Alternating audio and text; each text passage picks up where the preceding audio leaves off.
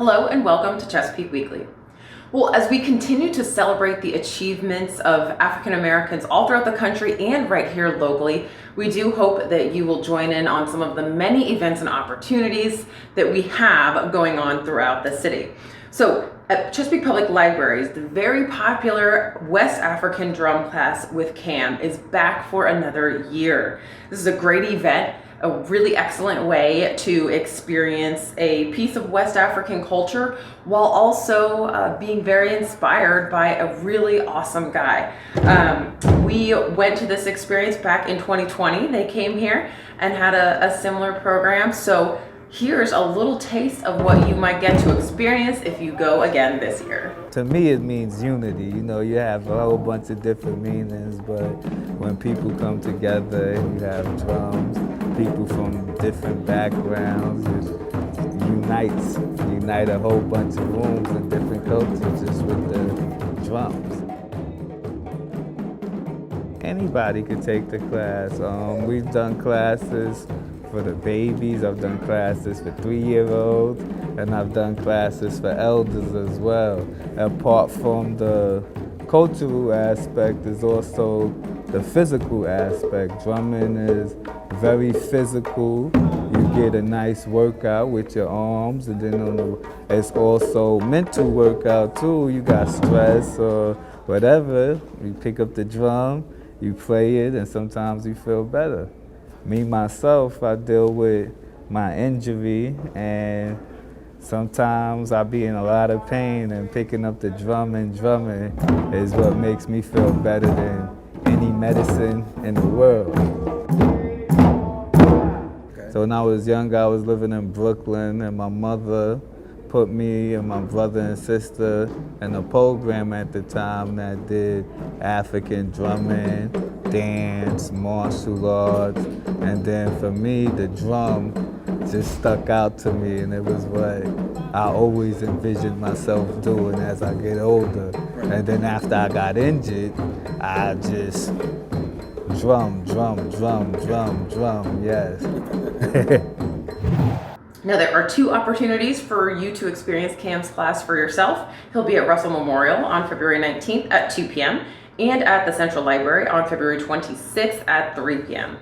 Now, the libraries have a ton of other ways to celebrate Black History Month, and you can find all of those opportunities by just clicking the Black History Month banner at chesapeakelibrary.org or by just heading to your local branch and talking to librarians.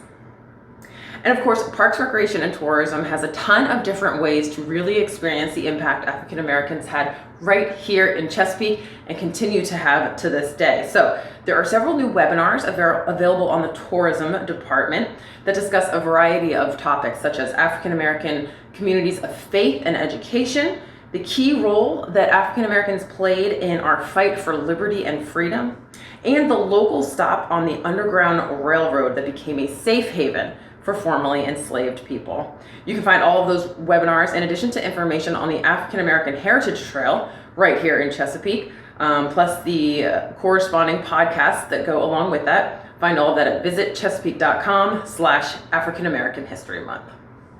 And speaking of the Underground Railroad, the Great Dismal Swamp played a critical role in that path to freedom. Now, local historian and reenactor Nathan Richardson gives us more details as Frederick Douglass himself. Take a look.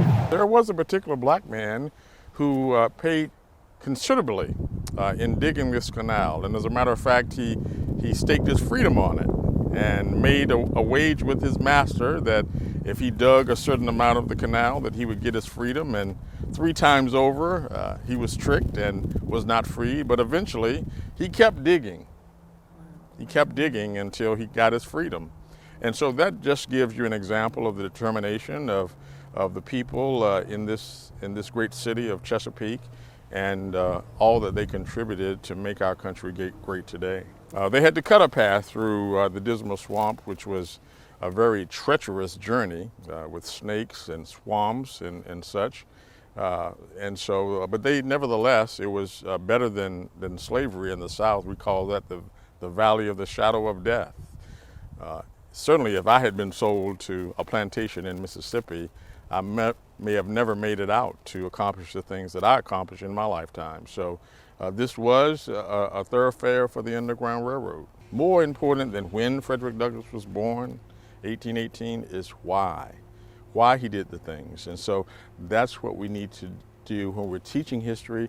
I believe everything that they're doing here at this great center is teaching people the why and not just the when.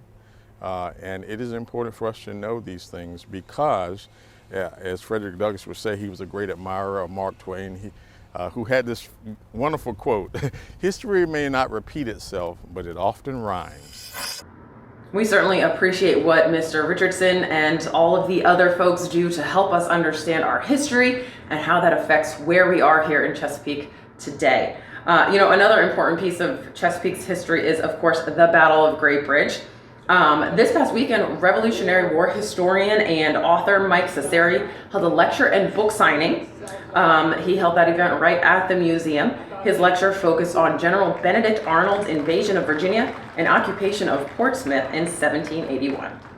Today, the message is that the Battle of Great Bridge of 1775, which was so important to Virginia in the Revolution, is not the only thing that happened here. In 1781, there were a lot of interesting events taking place, and we had really amazing characters like Benedict Arnold in Portsmouth, occupying Portsmouth.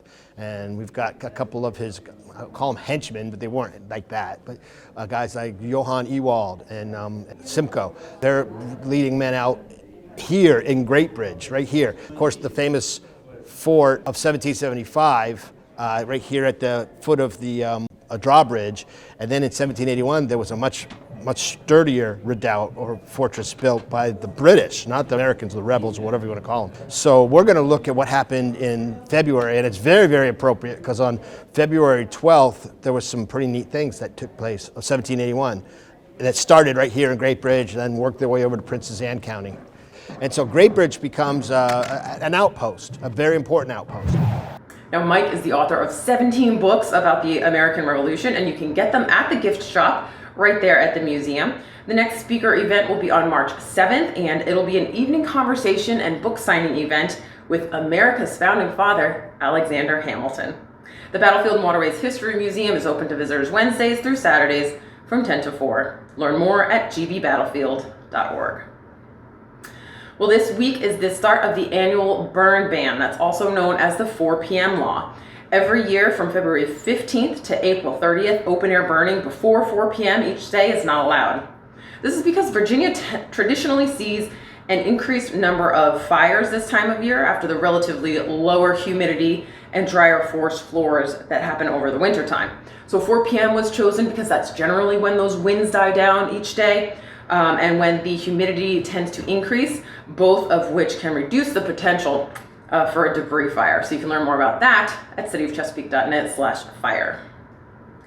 The American Heart Association has restarted community CPR classes. So the next class is the Friends and Family Hands-Only CPR class at the Central Library.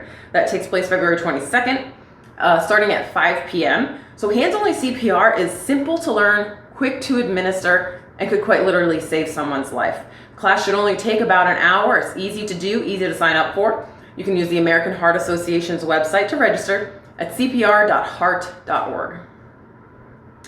And once you learn CPR, we hope that you'll consider downloading the PulsePoint app. So the PulsePoint app sends notifications to app users when a cardiac event is happening in the area where you are so that you can respond and potentially save a life. So when someone suffers cardiac arrest, a person's chance of survival decreases by 10% for every minute that it takes for help to begin.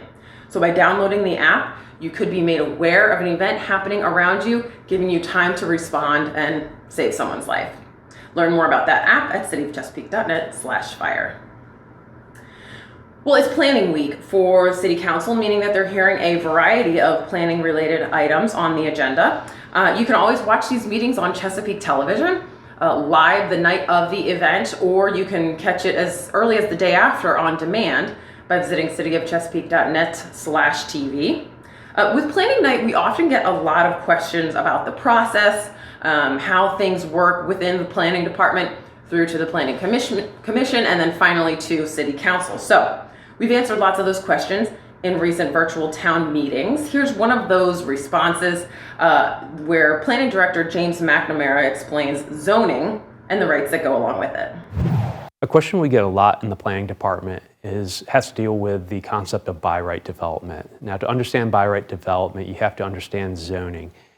Zoning is broken down zoning breaks down the city into different land classifications, such as residentially zoned property, commercially zoned property, manufacturing zone property, agriculture, conservation. And under these different classifications, there are certain rights that go along with these classifications that are considered permitted uses. So, for example, if we're looking at residentially zoned property, putting a residence on residentially zoned property is typically a permitted by right use.